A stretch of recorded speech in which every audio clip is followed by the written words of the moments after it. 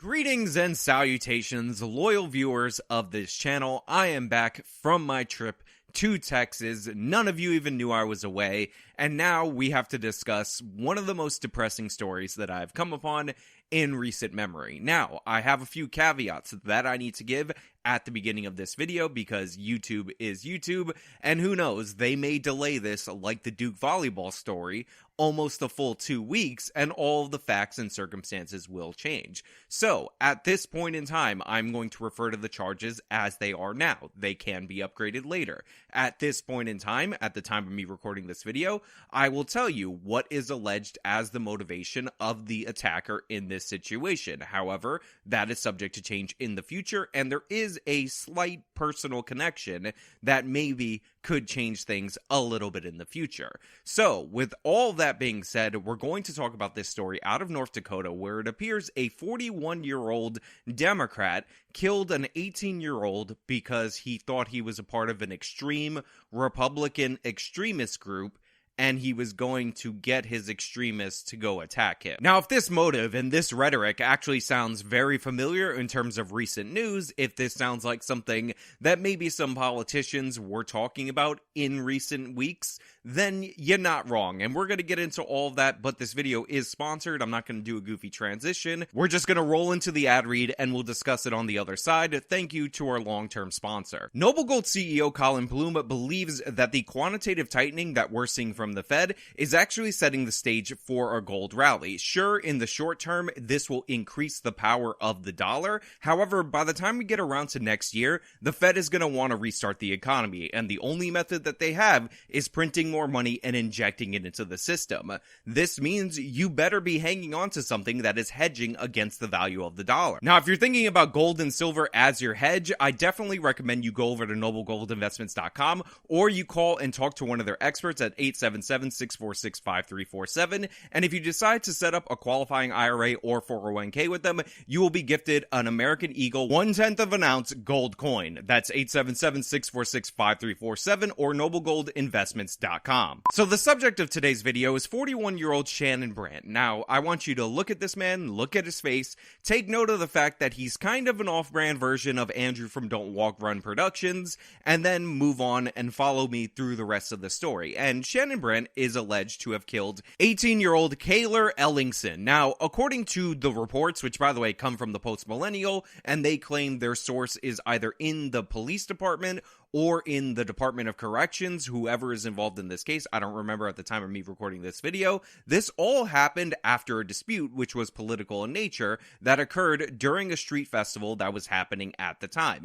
And according to the statements that Brandt is alleged to have given to the police, he basically argued with this guy, then he got angry, he was drinking at the time, so he decided to get into his car and chase down Cayler while he was running away from him, while he was fleeing the incident. And what is not subject to these reports is the fact that eventually he ended up running over the young man while he was in an alleyway while he was on the phone. Now, according to Brandt, the reason why he was so scared of this kid that he needed to get in his car, drive, chase him down, chase him into an alleyway is because this kid on the phone was a member of an extremist Republican group, and he was likely calling for all the extremists to go after him. And, you know, obviously what you do in a situation like that is not get in your vehicle and drive away. It's obvious to, you know, chase them down with your car and then run them down because they could be calling people that might be on their way. And at that point in time, when all the extremists, ultra MAGA Republicans show up,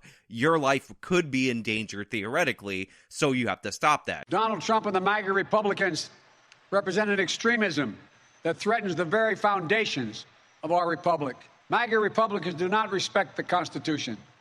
They do not believe in the rule of law. They do not recognize the will of the people. MAGA Republicans have made their choice. They embrace anger. They thrive on chaos. They live not in the light of truth, but in the shadow of lies. Now, unfortunately for Shannon Brandt, who bought into all this radical propaganda that people like President Joe Biden have been putting forward in recent weeks, that people like Anna Kasparian at the Young Turks, and other people on the left side of the political spectrum, both in politics and in the media, have been spouting, he wasn't calling his evil gang of ultra MAGA right-wing extremists to come and get him. He was calling his mother because he wanted a ride home, because he was scared, because a 41-year-old man was threatening him, decided to get into his vehicle and drive and attack him and ultimately kill him. Unfortunately, the mother could not make it there in time. Obviously, we're covering the story. It involves a death.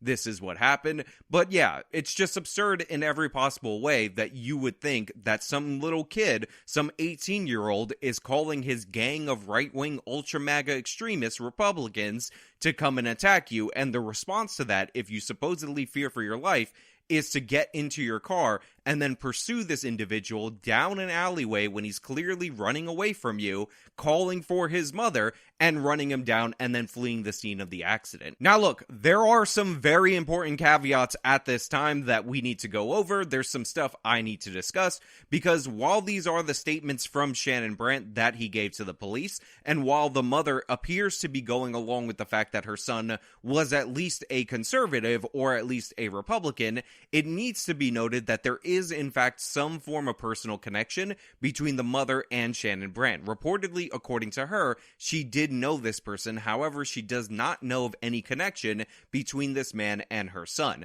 I'm just putting that out there because right now we're very early on in the process, and a lot of people on my side of the political spectrum obviously see this story, obviously hear what Shannon Brandt has said himself or has reportedly said himself, and immediately jump to not only blaming this person, but blaming the left side of the political spectrum. However, anytime there's a personal connection, no matter how frivolous, and it's being noted in a bunch of different articles, we need to not rule out that the motivation behind this could somewhat be personal, even if it wasn't directly personal with the 18-year-old. It could have been personal with the mother. So I'm putting that out there at this time. As facts come out further in the process, we'll then discuss it. However, one of the things that I cannot abide by, one of the things that I'm not on board with, is the way that this case was charged. And to give you a little bit of a perspective, to talk about a similar situation, or what appeared to be a similar situation, the incident in Charlottesville where a person drove his car into a crowd of people and ended up killing one Heather Heyer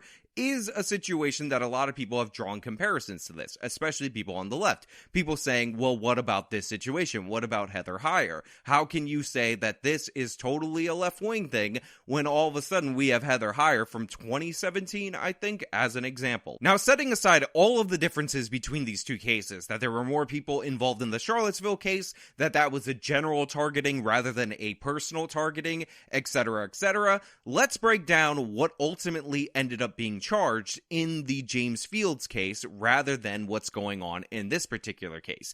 Because in this case, we end up with the charge of aggravated vehicular homicide, which, by the way, carries a sentence of about 10 years, but since Shannon Brandt admits to being drunk, can actually be enhanced to 20 years. That's a pretty long sentence. That's some pretty serious charges, you might be thinking. However, James Fields Jr., the Charlottesville car driver, that person who drove his car and ultimately ended up resulting in the killing of another person, was initially facing charges that warranted the death penalty. In fact, he had to do a plea agreement where he signed on for 29 hate crimes because he was charged with all those other enhancing charges, and was sentenced to a total of 419 years. And the murder he was charged with was in fact charged as a murder, and he was sentenced on that 22 years to life in prison without the possibility of parole. So here you have an instance where people are saying, what about this guy? What about this person? That nobody on the right wing endorses, by the way. How can you say that this situation is any different?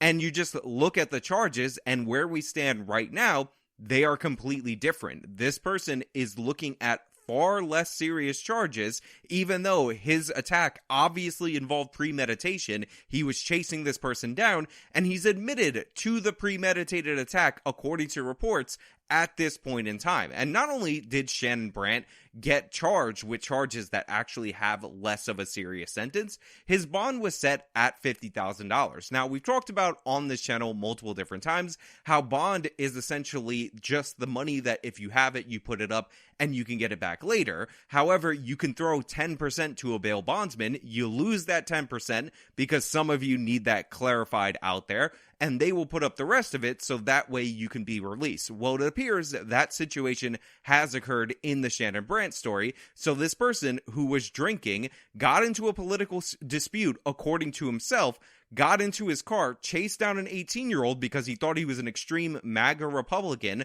an extremist Republican group member, calling his extremists to, I guess, parachute from the sky to attack him, and ran him over, fled the scene of the crime. This guy's out right now at the time of me recording this video. He has been bonded out on these charges, and this is largely due to the fact that these charges were not escalated to any form of murder charge. A homicide charge, a vehicular homicide charge, an aggravated vehicular homicide charge is not murder. This is nonsensical. A judge ordered Brandt held on $50,000 cash, which he objected, saying he's not a flight risk. I have a job and a life and a house and things that I don't exactly want to see, go by the wayside.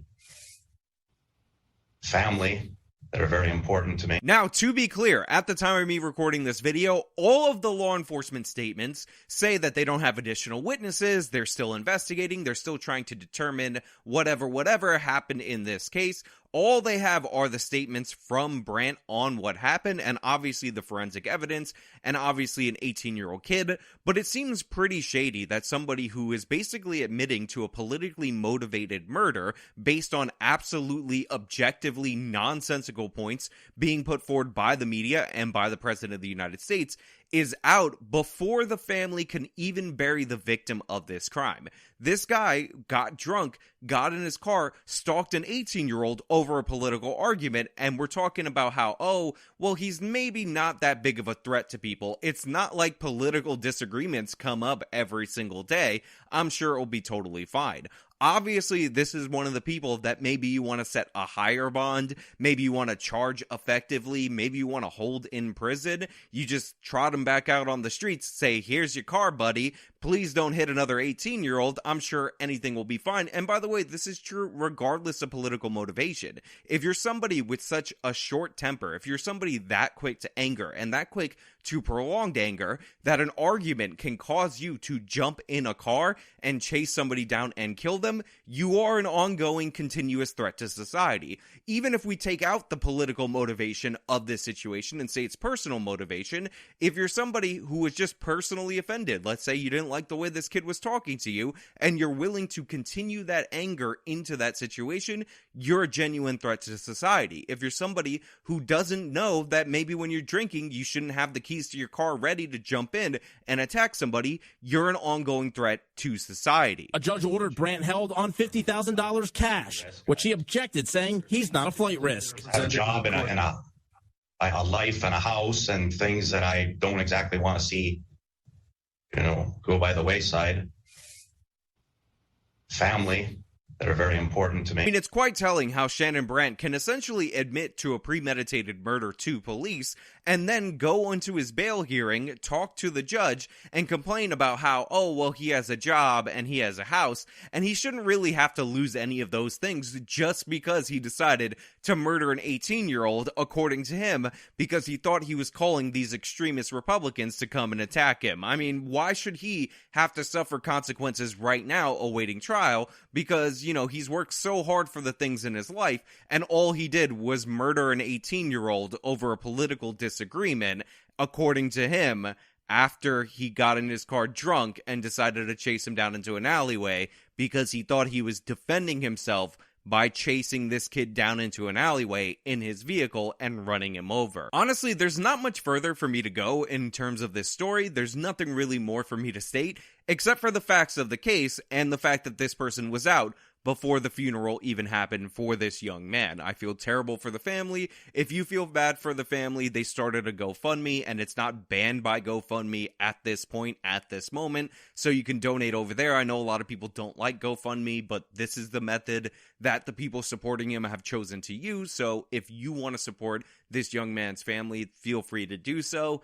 But yeah, it's just terrible, and it is another example of how, once again, when push comes to shove, there's completely different treatment based on the political parameters. The media is basically not covering this. I started Googling Trump supporter killed, and this didn't come up. The mainstream media has essentially been silent on this situation, and it's not hard to tell why. They were essentially putting the gas in this guy's tank to go and do what he did. And right now, according to the Post-Millennial, Shannon Brandt is busy deleting his social media posts, so you don't understand his ties and his political beliefs as they pertain to his motive in this situation. Even though he spelled out his motive, it turns out not really that interesting, don't want to talk about it, gotta delete my previous social media posts, because God forbid if people actually draw the connections that apparently he's just outright stated. Look, Jack Posobiec is trying to put pressure on North Dakota officials to get the charges escalated to where I think that they are proper, so I will support him in that campaign. If you want to contact your North Dakota officials and ask them why this person is being charged with a much lesser charge than he should be, considering he's admitted, according to the police, premeditation in his actions, stalking and killing an 18-year-old over political beliefs. But, you know, those are just my thoughts. Let me know your thoughts down in the comments below. If you like the video, you know what to do. Subscribe for more content. Follow me on all my social medias. Support me via the support links in the description box of this video. This has been me talking about a tragic story out of North Dakota. Till next time.